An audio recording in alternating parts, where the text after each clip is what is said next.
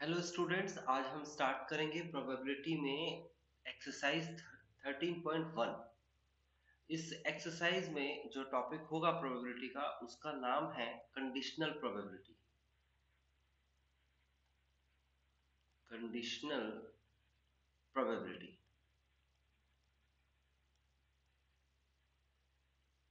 और students, conditional probability को पढ़ने से पहले आपको बेसिक ऑफ प्रोबेबिलिटी आनी चाहिए। आपने प्रोबेबिलिटी जो है ये 9th क्लास में सीखी थी, 10th में भी सीखी थी और 11th में भी सीखी थी। तो उसमें बेसिक जो प्रोबेबिलिटी है, यानी कि कॉइन टॉस करते हैं, डाइस थ्रो करते हैं या फिर कार्ड ड्रॉ करते हैं, तो उसके बेसिक सैंपल स्पेस क्या होते हैं वो आपको पता होना चाहिए। हालांकि हम इस एक्सरसाइज को करेंगे या इस चैप्टर को जब हम कर रहे होंगे तो बेसिक के बारे में मैं एक्सप्लेन करूंगा क्वेश्चन वाइज क्वेश्चन। ओके, यहाँ पर जो 12th क्लास है उसमें अलग अलग सेक्शन है। तो 13.1, ये जो 13.1 है इसमें कंडीशनल प्रोबेबिलिटी है। 13.2 multiple theorem of probability, 13.3 Bayes theorem. इस साल यही तीन एक्सरसाइज मेनली आएगी, बट मैं प्रोबेबिलिटी डिस्ट्रीब्यूशन भी कराऊंगा, यानी कि 13.4 का भी एक क्वेश्चन कराऊंगा ताकि आपको आइडिया हो जाए कैसे होती है। ओके, अभी फिलहाल कंडीशनल प्रोबेबिलिटी की बात करते हैं, तो इसके लिए एक रूल लिख लीजिए अपनी कॉपी पे। Probability for E upon F, ये अपॉन लिख लीजिए या स्लैश कर लीजिए, ठीक है ना। इज इक्वल टू होता है probability for E intersection F upon में प्रोबेबिलिटी फॉर एफ। ओके, इस तरीके से हम रिप्रेजेंट करते हैं इसका फॉर्मूला। क्या?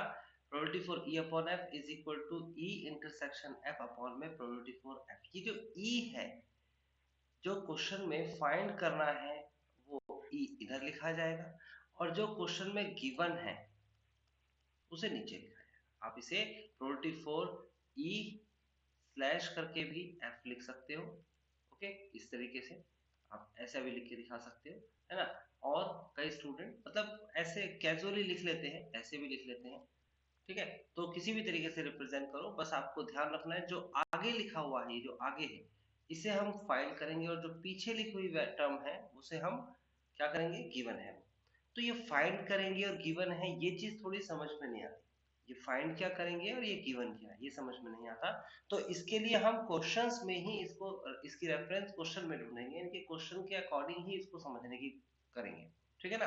तो फिलहाल हम इसे नहीं समझते, फॉर्मूला याद कर लेते हैं। फॉर्मूला आपके सामने E upon F is equal to E intersection F upon में प्रोबेबिलिटी फॉर एफ। और क्वेश्चन में कौन से में करेंगे हम? 6 क्वेश्चन अभी मैं कराऊंगा, देन आपको समझ में आएगा मैं क्या कह रहा हूँ। ओके, फिलहाल ये आपका इंटरसेक्शन का निशान है, ये आपको पता होना चाहिए इंटरसेक्शन का निशान है। उसके बाद एक रूल और है, और वो रूल मैं यहाँ लिख रहा हूँ, प्रोबेबिलिटी फॉर ए यूनियन, या ई लिख लेते हैं, अगर ई से स्टार्ट किया है तो हम लिखते हैं E union F is equal to होता है probability for E plus probability for F minus probability for E intersection F. E intersection F, इसको थोड़ा सा हम इधर कर लेते हैं, नीचे कर लेते हैं इसे, यहाँ आ जाएगा probability for E intersection F. Okay, तो ये आपके पास एक और बेसिक फॉर्मूला है जो आपने जरूर पढ़ा होगा, 11th क्लास में भी पढ़ा होगा। जिसने नहीं पढ़ा है वो यहाँ पर याद कर ले, ई प्लस एफ माइनस का इंटरसेक्शन ऑफ एफ। ओके, ये दो रूल्स है, और अब हम अपनी एक्सरसाइज पर चलते हैं। तो देखिए कितनी आसानी से क्वेश्चंस होते चले जाएंगे। ये रही हमारी एक्सरसाइज, ये रहा 13.1। ओके, डायरेक्ट 13.1 देखिए आप, ठीक है ना। 13.1 एक्सरसाइज में कितना आसानी से समझाया गया है। कहता है given E and F R event such that P E की वैल्यू दे रखी है, पी एफ की वैल्यू दे रखी है, मतलब probability for E and probability for F. Okay, उसके बाद आपको इंटरसेक्शन भी दे रखा है, ये तीन वैल्यूज दे रखी है। पूछा क्या जा रहा है, ई अपॉन एफ, देखो ये रहा। आपसे पूछा जा रहा है प्रोबेबिलिटी फॉर ई अपॉन को इसने ऐसे लिखा है एफ। ओके, तो ये क्या हो जाएगा, probability for E intersection F ऊपर लिखेंगे, अपॉन में प्रोबेबिलिटी फॉर एफ नीचे लिखेंगे, ये तो बताया था। और इंटरसेक्शन की वैल्यू कितनी दे रखी है आपको, इंटरसेक्शन की वैल्यू दे रखी है 0.2 और एफ की वैल्यू कितनी दे रखी है, ये रही एफ की वैल्यू 0.3, पॉइंट से पॉइंट कैंसिल हो जाएगा तो 2/3 इज द फाइनल आंसर। आप मैच कर सकते हो इस आंसर शीट में। ओके, नेक्स्ट में आपसे क्या पूछा जा रहा है, एफ अपॉन ई। तो एफ अपॉन ई के लिए हम क्या करेंगे, हम लिखेंगे probability for F upon E is equal to probability for F intersection E. अब भाई देखो, ई का इंटरसेक्शन एफ से निकालो या एफ का इंटरसेक्शन ई से निकालो, बात तो एक ही। अब दोनों में से किसी का भी आप इंटरसेक्शन निकाल सकते हो। एफ अपॉन ई में आपको यहाँ पर दे रखा है प्रोबेबिलिटी फॉर एफ इंटरसेक्शन ई, या फिर ऊपर दे रखा था ई इंटरसेक्शन एफ, दोनों एक ही तो है, कॉमन ही तो होता है दोनों के बीच में, और नीचे प्रोबेबिलिटी फॉर ई। तो इंटरसेक्शन के लिए तो हम लगाएंगे ये 0.2 और ई के लिए हम लगाएंगे ये 0.5, तो आंसर आ जाएगा 2/5। बहुत सिंपल है, आप देख सकते हो कितने आसानी से ये होता चला जा रहा है। अगर कोई प्रॉब्लम है तो आप इसे अच्छे से देखोगे तो समझ में आ जाएगा। कुछ फॉर्मूला देखोगे कि पुट अप कर रहे हैं, फिर भी प्रॉब्लम आती है तो मेरे से पूछ लीजिएगा। यहाँ पर कहता है ए अपॉन बी निकालना है, आपको इंटरसेक्शन दे रखा है, आपको बी दे रखा है। तो फॉर्मूला क्या होता है, फॉर्मूला के अकॉर्डिंग ये ऊपर लिखेंगे, इसे नीचे लिखेंगे, आंसर। फिर कहता है ए है, बी है और ए बी अपॉन ए है, आपको इंटरसेक्शन निकालना है। बिल्कुल ठीक है, ये भी हम निकाल लेंगे कैसे, probability for B upon A is equal to probability for B intersection A upon में प्रोबेबिलिटी फॉर ए। तो यहाँ पर इसकी वैल्यू कितनी दे रखी है आपको, ये दे रखी है 0.4 इज इक्वल टू इंटरसेक्शन कितना दे रखा है, ये तो हमें फाइंड करना है। ये हमें फाइंड करना है, तो ये हमें ऐसे ही लिखना है, बी इंटरसेक्शन है और ए की वैल्यू आपको दे रखी है यहाँ पर, ए की वैल्यू है 0.8। नाउ मल्टीप्लाई कर देंगे, 8 चौक 32, 0.32 आएगा और ये आ जाएगा probability for B intersection A. तो this is the final answer. Okay, now आपको बी इंटरसेक्शन ए और ए इंटरसेक्शन बी एक ही चीज दिखती है, बात पता हो गई आपको। फिर उसके बाद ए अपॉन बी फाइंड करना है, क्या करना है, ए अपॉन बी। तो probability for A upon B is equal to हो जाएगा probability for A intersection B upon में प्रोबेबिलिटी फॉर बी। ठीक है, ये बात समझ में आती है। इंटरसेक्शन की वैल्यू ये रही 0.32 और बी की वैल्यू भी क्वेश्चन में जरूर दे रखी है 0.5। अब वैल्यू रखिए 0.32 अपॉन में 0.5 और इसे सॉल्व करिए, पॉइंट से पॉइंट हट जाएगा तो 32 अपॉन में 50 आ जाएगा। देन इसे सॉल्व करेंगे तो कितना आ जाएगा, ये आ जाएगा 2 से 16 और ये 25, 16/25 आ जाएगा इसका आंसर। ठीक है, उसके बाद नेक्स्ट में है ए यूनियन बी। तो ए यूनियन बी के लिए अभी फॉर्मूला बताया था मैंने, क्या फॉर्मूला होता है ए यूनियन बी का, मैं यहाँ लिख देता हूँ, probability for A union B is equal to होता है probability for A plus probability for B minus का probability for A intersection B. Copy पे लिखते जाइए, मैंने आगे पीछे करके लिख दिए हैं पूरे पेज पे, लेकिन आपको ध्यान से समझना होगा, एक एक करके क्वेश्चन लिखते जाएंगे, आंसर आएगा। ये फॉर्मूला होता है, ये ए है, ये बी है, ये इंटरसेक्शन है। ए की वैल्यू भी क्वेश्चन में दे रखी है, बी की वैल्यू भी दे रखी है और इंटरसेक्शन अभी अभी हमने निकाला ये रहा।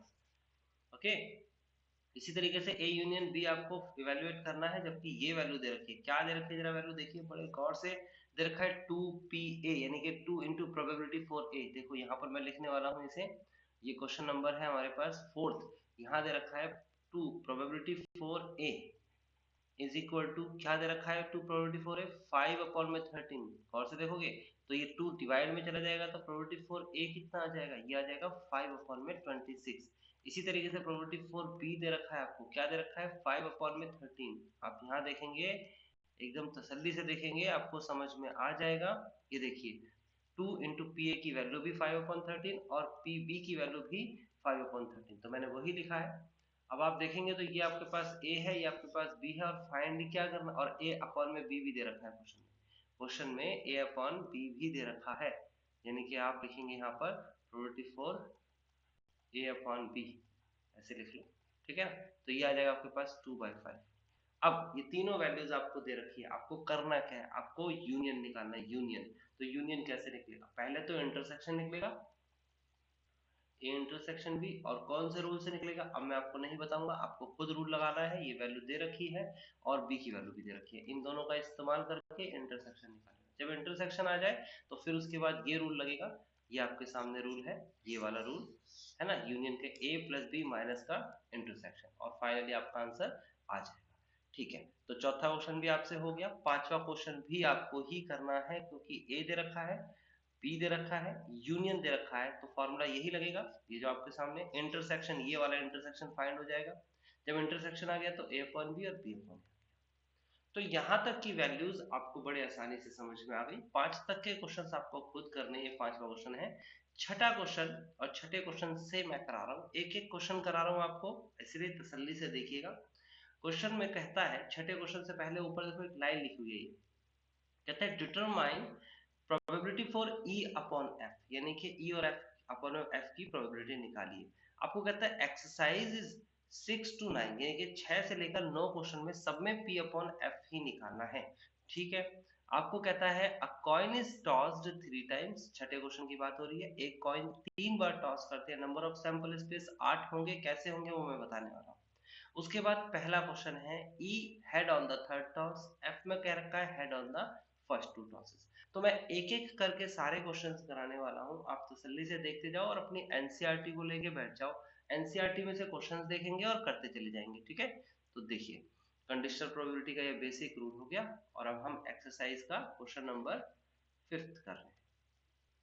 5th हो गया, 6 कर रहे हैं।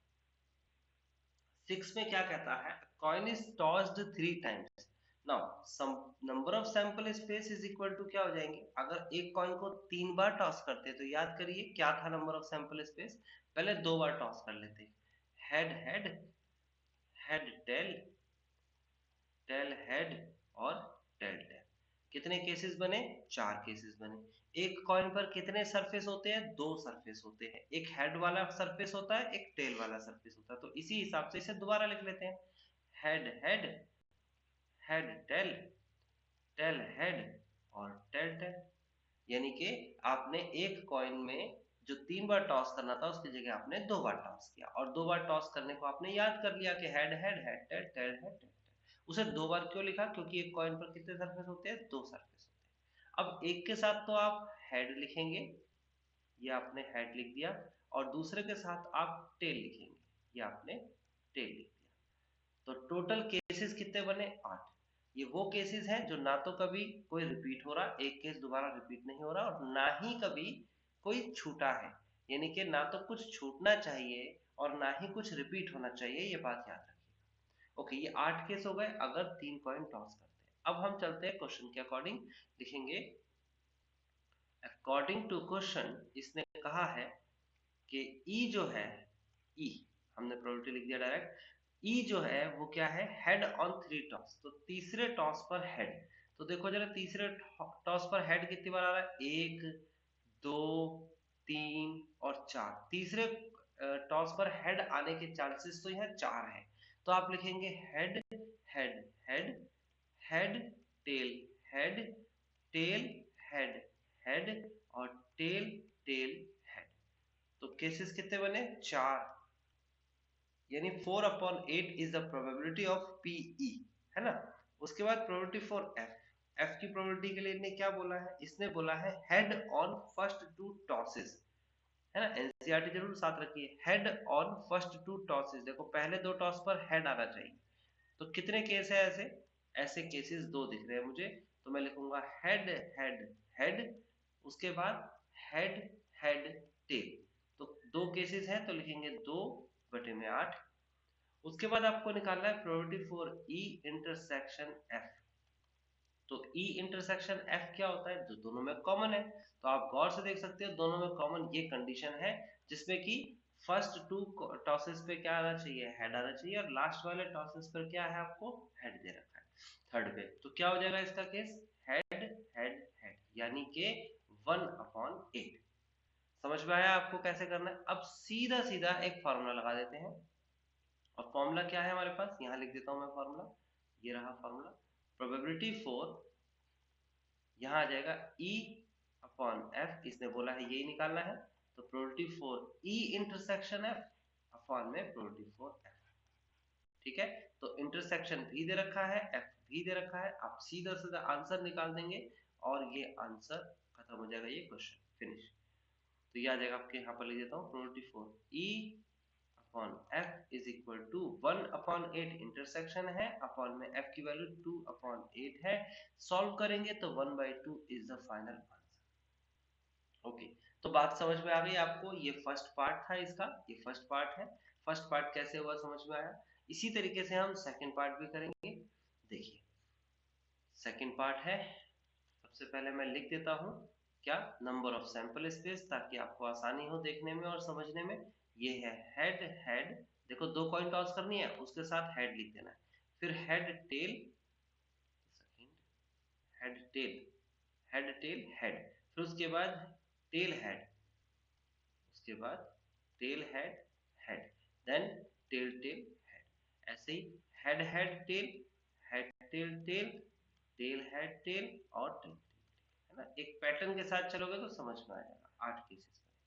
अब इसने कहा क्या है, मैं लिख देता हूं यहाँ पर। इसने सेकंड क्वेश्चन में कहा है ई क्या है, एटलीस्ट,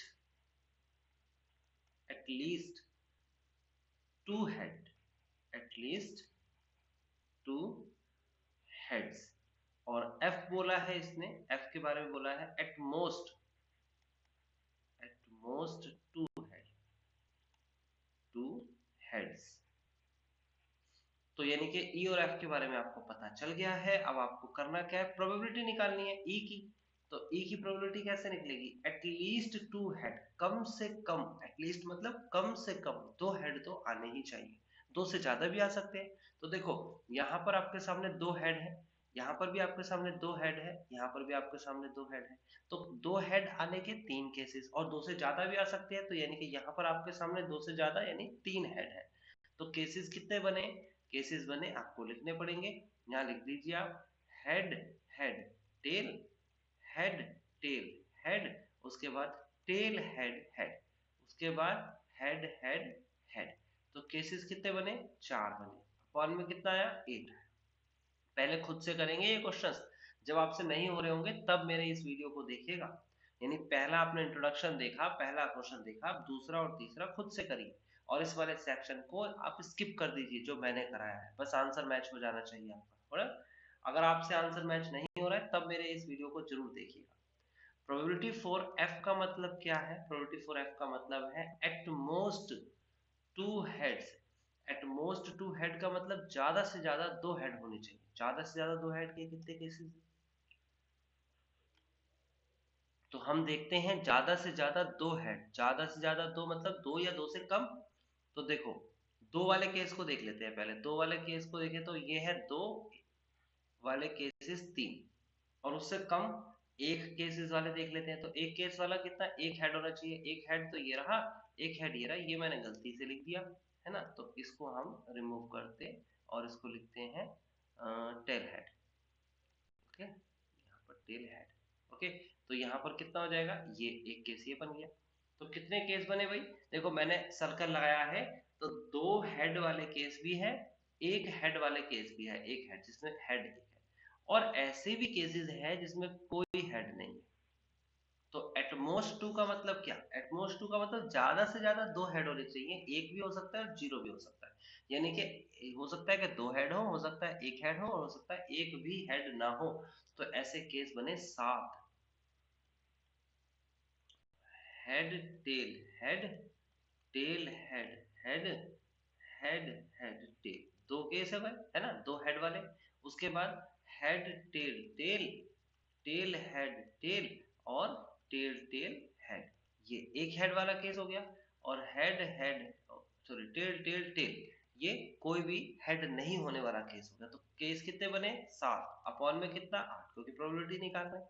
उसके बाद आप बताइए ई इंटरसेक्शन एफ कितना होगा, दोनों में कॉमन कितना है। तो आप देख सकते हो इसमें राइट और सर्कल दोनों लग रहे हैं। ऐसे 3 केसेस दिख रहे हैं आपको। यहाँ भी देख सकते हो 2 हेड वाला केस, एक ये है, एक ये है, एक ये है, इसमें भी है, और यहाँ पर भी है ना, दोनों केस। तो यहाँ पर दोनों में है तो केस, तो फिर head head tail, head tail head, और टेल हेड हेड। तो फाइनली केस कितने बने, 3/8। क्लियर है। Probability for E upon F. अब ये ई अपॉन एफ क्यों निकाल रहा हूँ, क्योंकि उसने कहा 9th 10th और 11th में सॉरी नाइन्थ कह रहा हूँ, 6 टू 9th में यही केस निकालना है, ई अपॉन एफ, ठीक है ना। तो हो जाएगा probability for E intersection F upon में probability for F. E intersection F का मतलब 3/8 और एफ का मतलब ये रहा आपके पास 7/8।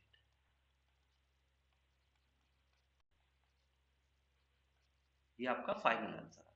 तो समझ में आ गया आपको किस तरीके से करना है सेकंड क्वेश्चन। थर्ड क्वेश्चन की तरफ चलते हैं, यानी कि 6 क्वेश्चन के थर्ड पार्ट की तरफ। 6 क्वेश्चन है और उसका पार्ट थर्ड चल रहा है। ओके, यहाँ पर भी आपको मैं बताऊंगा कि आपको सबसे पहले सैंपल स्पेसिस लिखने हैं ताकि आपको समझ में आ सके। तो मैं लिख देता हूँ आपके सामने। ये आपको नहीं लिखना है कॉपी पे, बार बार नहीं लिखना है, क्योंकि ये हम पेज टर्न कर रहे हैं यहाँ पर वीडियो देखते वक्त। तो आप बार बार ऊपर जाओगे तो समझ नहीं आएगा ना, गलती हो जाएगी, है ना, लिखने में गलती हो जाती है। Head head head, head tail head, tail head head और टेल टेल हेड। इसी तरीके से head head tail, head tail tail, tail head tail और टेल टेल टेल। ये केसेस बने 8। ये बार बार लिख पा रहा हूं मैं ताकि आपको सामने से दिख सके। उसके बाद आपके सामने ई क्या है, ई की वैल्यू क्या दे रखी है, at most two, at most two tail, है ना। और एफ क्या दे रखा है भाई, आपको एफ दे रखा है at least, at least one tail, at most two tail और एट लीस्ट वन टेल। तो देखो क्या होगा, प्रोबेबिलिटी फॉर ई कितना होगा, ज्यादा से ज्यादा, यानी कि at most two tail. Check करते हैं कौन कौन से हैं। ज्यादा से ज्यादा टू टेल्स का मतलब कि दो टेल वाला केस एक तो ये है, दो टेल वाला एक केस ये है और दो टेल वाला एक केस ये, यानी कि ज्यादा से ज्यादा दो टेल तो इन तीन जगह आ रहे हैं, है ना। ज्यादा से ज्यादा बोल रहे हैं ना, तो तीन जगह क्या आ रहे हैं, एग्जैक्टली दो। ज्यादा से ज्यादा दो का मतलब दो हो सकते हैं, दो से कम भी तो हो सकते हैं। ज्यादा से ज्यादा मतलब मैक्सिमम दो टेल होने चाहिए, दो से ज्यादा नहीं होने चाहिए, मतलब तीन वाला केस तो नहीं आ सकता। हाँ, दो से कम एक हो सकता है, दो से कम जीरो हो सकता है। तो दो टेल वाले तीन केस है। उसके बाद देखोगे आप एक टेल वाले आपके पास तीन केस है और कोई भी टेल नहीं होना मतलब कि ये एक केस है।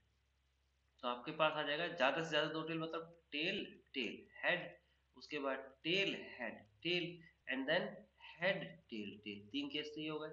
उसके बाद एक टेल वाला केस ले लेते हैं। एक टेल वाला केस हो जाएगा हेड टेल हेड हेड, उसके बाद हेड टेल हेड, उसके बाद क्या आ जाएगा, ये आ जाएगा हेड हेड टेल, उसके बाद क्या हो जाएगा हेड हेड हेड। ये केसेस बने टोटल 7 अपॉन में। ओके, तो ये केस बन चुके हैं आपके, आपने लिख लिए होंगे कॉपी पे। उसके बाद प्रोबेबिलिटी फॉर एफ का मतलब क्या है, एफ का मतलब है एटलीस्ट, कम से कम वन टेल। तो कम से कम एक टेल आना चाहिए, कम से कम एक टेल। तो कम से कम एक टेल का मतलब कि या तो एक आएगा या फिर दो टेल आएंगे या फिर तीन टेल आएंगे। कम से कम एक का मतलब तो यही होता है। तो एक वाले केस को लिखते हैं टेल हेड टेल, सॉरी एक वाले को लिख रहे हैं,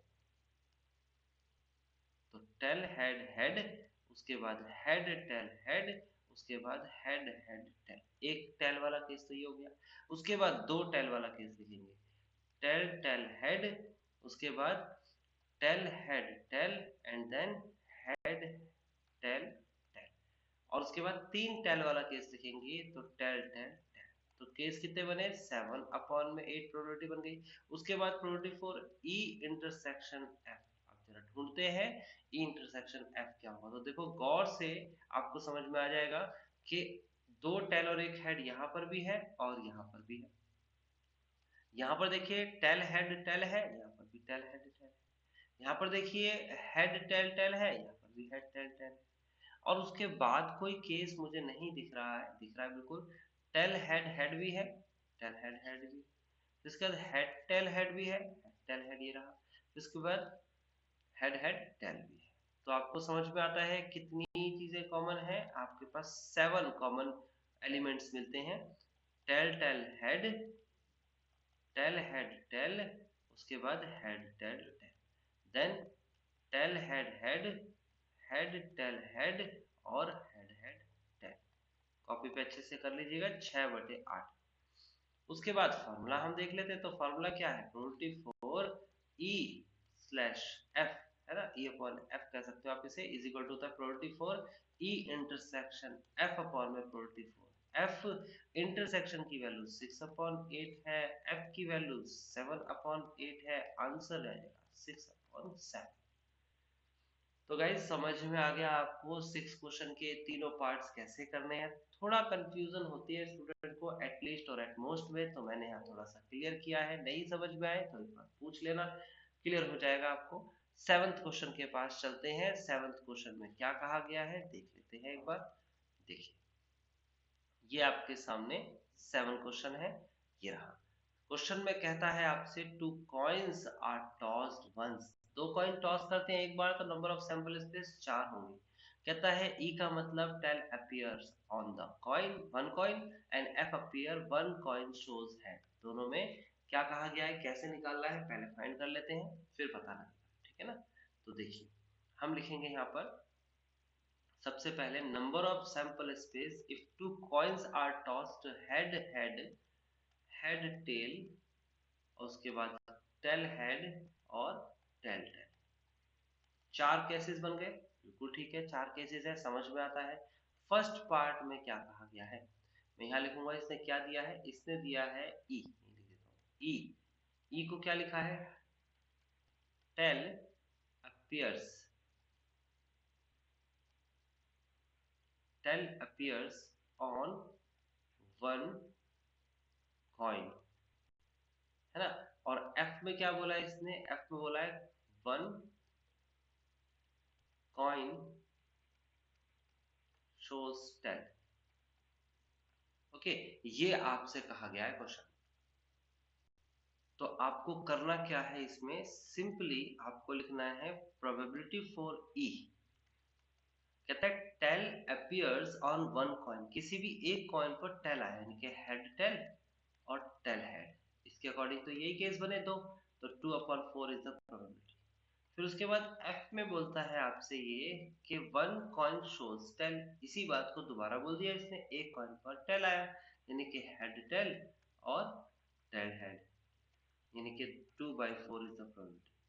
अब आपको निकालना है इंटरसेक्शन, तो probability for E intersection F is equal to क्या हो जाएगा, सेम हो जाएगा भाई, हेड टेल और टेल हेड, तो यानी कि 2/4 इज द प्रोबेबिलिटी।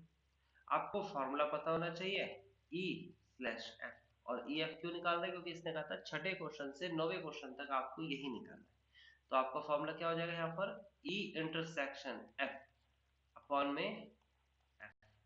अब इंटरसेक्शन की वैल्यू भी आपको 2/4 दे रखी है, एफ की वैल्यू भी आपको 2/4 दे रखी है, तो आप यहाँ पर लिख देंगे 2/4 upon 2/4, this is 1 is the final answer. Sure probability कहते हैं इसे। सेकंड में क्या कहता है, इसी का सेकंड पार्ट देख लेते हैं एक बार। यहाँ पर लिख देता हूं मैं सेकंड, और सेकंड में ई में क्या दे रखा है, ई में दे रखा है no tail appears, no tail appears, okay. और एफ में क्या दे रखा है, एफ में आपको दे रखा है no head appears, no head appears. तो कोई टेल नहीं आएगा, कोई हेड नहीं आएगा, ऐसे केसेस बनाओ।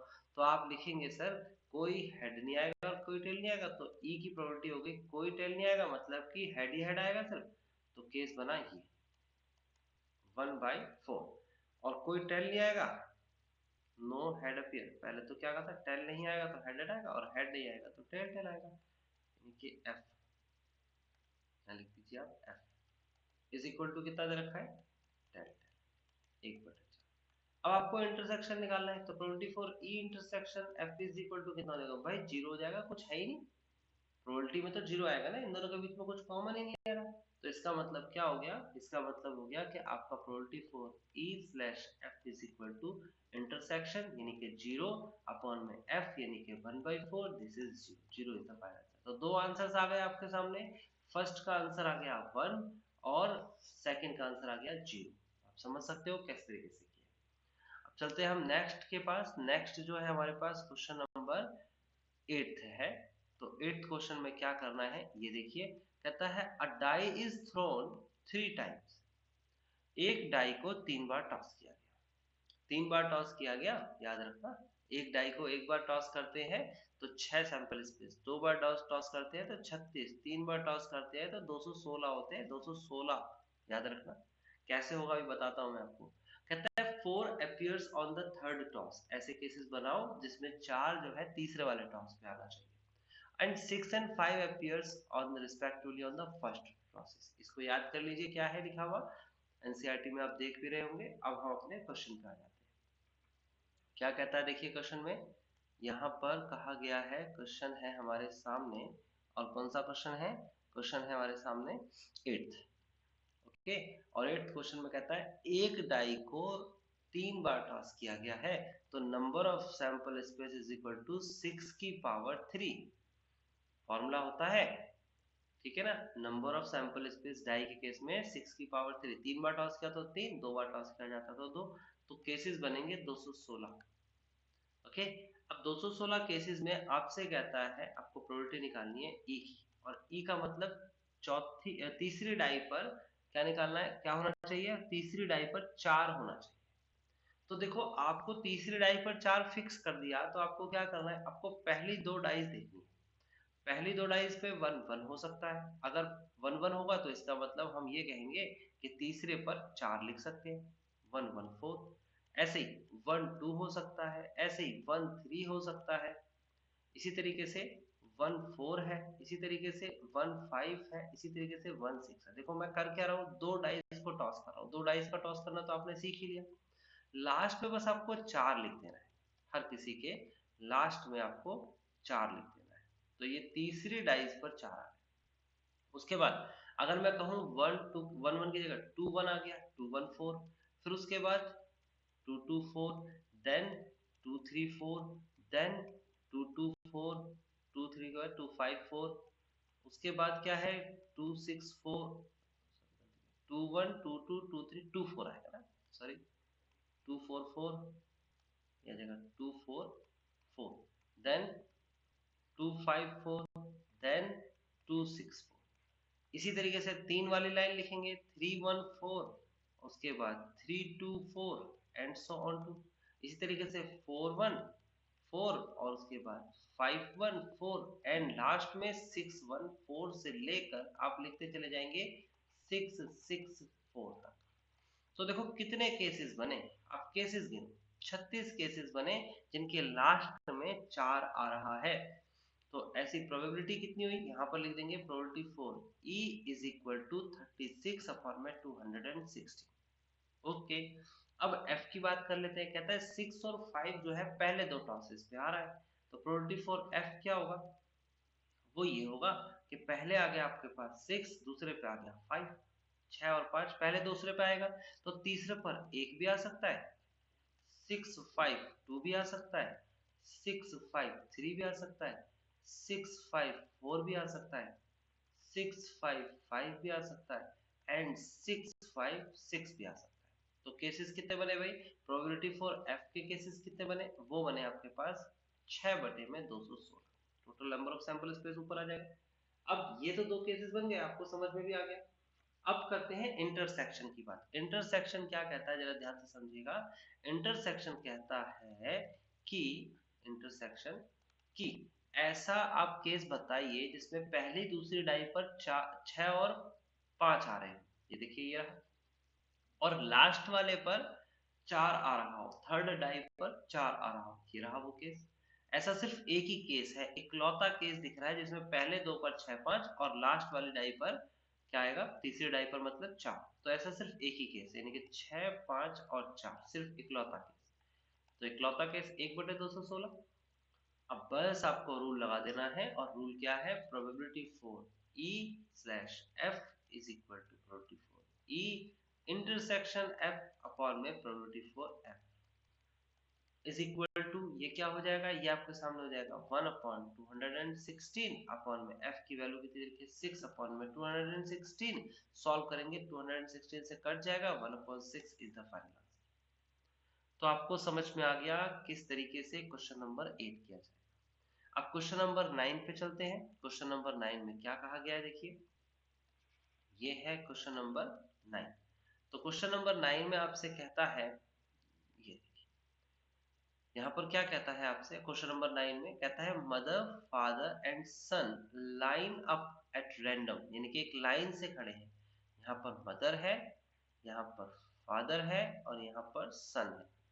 ये तीनों के तीनों एक ही लाइन से खड़े हुए हैं और फोटो खिंचवा रहे हैं, ठीक है ना। ये मदर है, ये फादर है, ये सन है। इस कहता है आपको बता कितने केसेस बनेंगे तो पहले निकालना पड़ेगा। ई का मतलब है son on one and and F का मतलब है फादर इन मिडिल, ठीक है।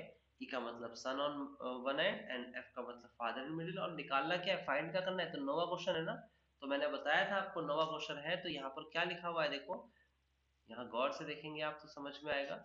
ये वाली लाइन यहाँ पर लिखा हुआ है, ये लाइन कि ई अपॉन एफ निकालना है 6 से 9 क्वेश्चन तक। तो ये 9वां क्वेश्चन चल रहा है। इसके बाद आपको क्या करना है, फाइंड और गिवन वाला केसेस समझना होगा, ठीक है ना।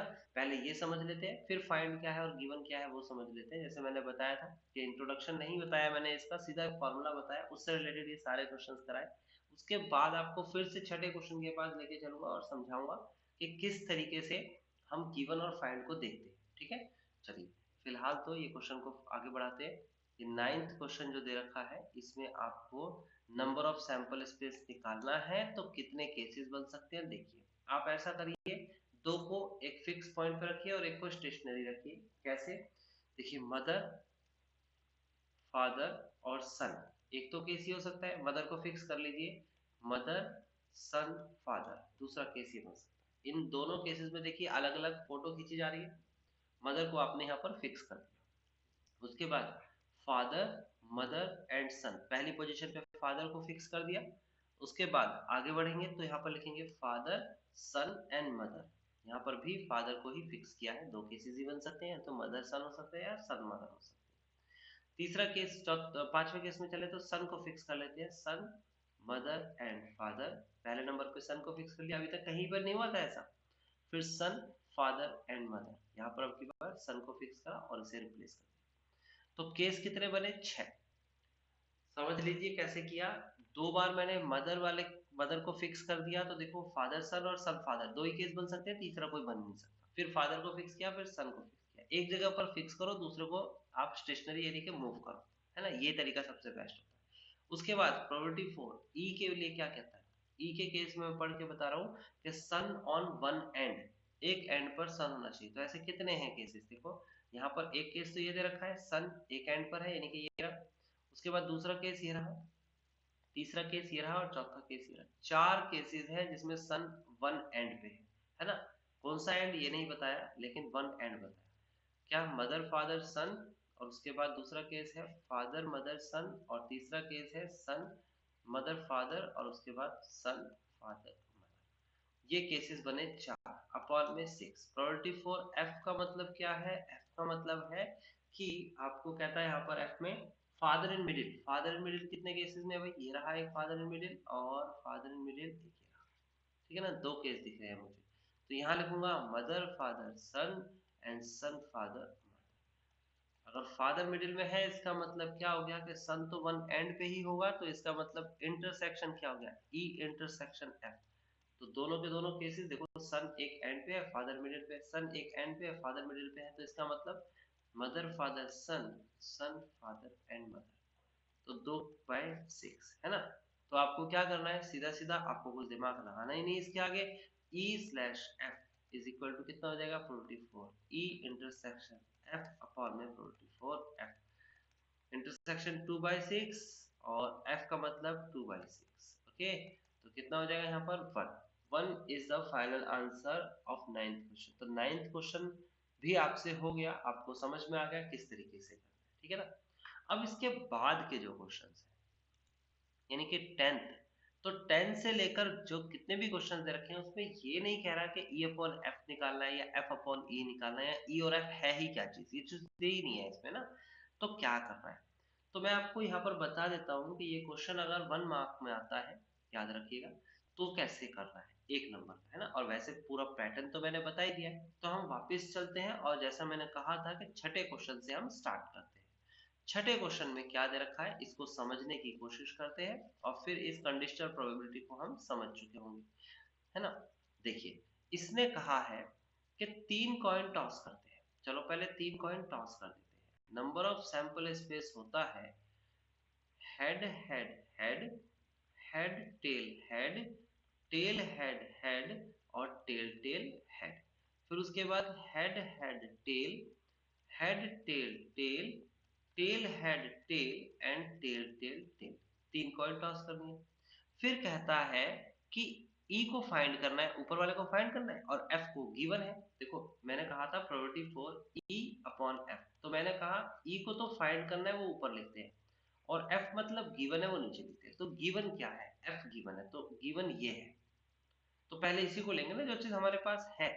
हमें गिवन है कि हेड जो है पहले दो टॉस पे आता है, वो हमें गिवन है।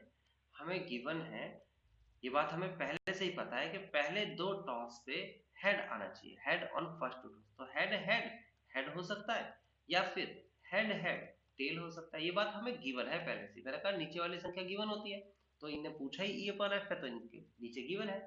यानी कि मुझे पता है कि 3 कॉइन टॉस की गई, उसमें से पहले दो टॉसेस पे हेड आना चाहिए। यानी कि मुझे ये बात पता है कि केसेस यही बनेंगे। अब सोचो जरा, 3 कॉइन टॉस करें और पहले दो पर हेड आने वाले कितने केस बनेंगे आपसे पूछा जाए, तो आप कहेंगे सर जी ये 2 केस बनेंगे बस। 3 कॉइन टॉस पर ये सारे केस क्यों बनाएंगे हम, जब हमें पता है ये बात कि पहले दो पर हेड आएगा। ओके, अब हमें फाइंड क्या करना है? ऊपर वाली कंडीशन फाइंड करनी है। तो फाइंड क्या करना है? फाइंड करने को कहता है हेड ऑन थर्ड टॉस।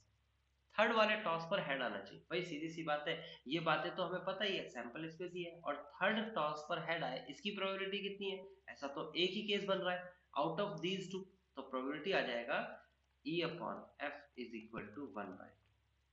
ये डायरेक्ट है, कैसे निकाला है आपको समझ में आ गया। जो गिवन है पहले वो लेके आओ, उसके बाद फिर जो फाइंड करना है वो उसमें से आ जाएगा। तो देखो आप जरा इसका क्वेश्चन को देखते हो, ये यहाँ से ये, जब आपने इसका सॉल्यूशन देखा था इस क्वेश्चन का, तो देखो ये रहा 6 क्वेश्चन और इसका पहले का आंसर कितना आया था, यहाँ देखिए। यहाँ पर आंसर देखेंगे तो कितना आया ही 1/2। हमने डायरेक्ट भी निकाल दिया। आपने इसे कैसे निकालना है? प्रॉपर मेथड से ई निकाला, फिर एफ निकाला, फिर इंटरसेक्शन, फिर फॉर्मूला, फिर उसके बाद आंसर आया 1/2 और वो निकाला मैंने डायरेक्ट। तो एक नंबर का क्वेश्चन आता है तो अलग तरीके से करना है, दो या तीन या चार नंबर 5 नंबर का क्वेश्चन आता है तो आपका ये वाला फॉर्मूला अपनाना पड़ेगा। ठीक है, तो ये तो एक बात ध्यान रखना। तो इसी तरीके से आप सारी कंडीशन को फॉलो कर सकते हैं, है ना। जो चीज गिवन है पहले वो देखिए, फिर उसका जो फाइंड करना है। अब यहाँ पर क्या करना है, 10th क्वेश्चन में क्या करना है, ये मैं आज आपको नहीं करा रहा, ये हम नेक्स्ट क्लास में करेंगे। 10 से लेकर 10 से लेकर और हम करेंगे कितने 17 क्वेश्चन। थोड़े से क्वेश्चन है, पहले मैं आपको होमवर्क दे देता हूँ फिर उसके बाद कराऊंगा, ठीक है ना।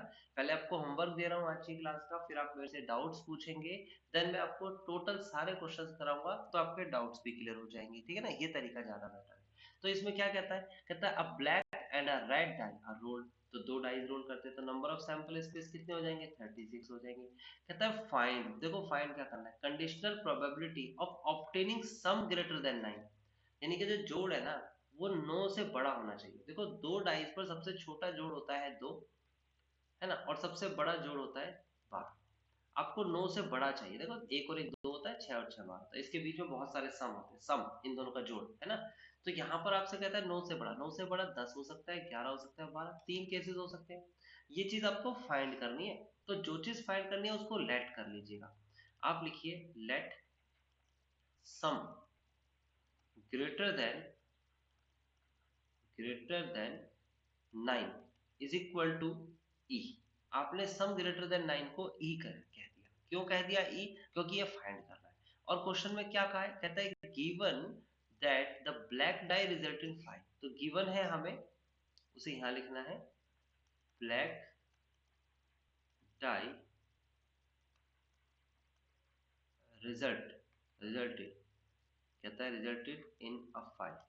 ब्लैक डाई पर 5 आना चाहिए, इसे आपने एफ मान लिया। तो आपको समझ में आया किसे ई और किसे एफ मानना है। वैसे आप उल्टा भी कर सकते हो इसका इंटरचेंज, लेकिन मैं एक कॉमन पैटर्न लेके चल रहा हूँ। तो ई आपने माना जो चीज फाइंड करनी है ना, और एफ आपने माना जो चीज आपको गिवन है। तो बस ये बात ही ध्यान रखनी है। अब आपको ई और एफ के कंडीशंस कैसे बनानी है, अभी तक के क्वेश्चंस मैंने पढ़ के बनाए, आप भी बनाओ इसमें। ऐसे ही एफ में भी ऐसे ही कंडीशनल प्रोबेबिलिटी निकालनी है। किस चीज की कंडीशनल प्रोबेबिलिटी निकालनी है?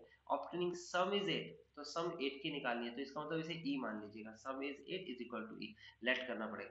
कहता है गिवन है, क्या गिवन है? Red die result in less than 4। तो 4 से छोटा होना चाहिए रेड डाइपर। तो इसका मतलब इसे आप एफ मानिएगा। फिर इंटरसेक्शन देन सॉल्व फॉर्मूला आई। इसी तरीके से आपको 11, 12 सारे खुद से ट्राई करने हैं। एक बार ट्राई करिएगा 17 तक, देन नेक्स्ट क्लास में मैं जब इसे कराऊंगा तो आपके सारे डाउट्स क्लियर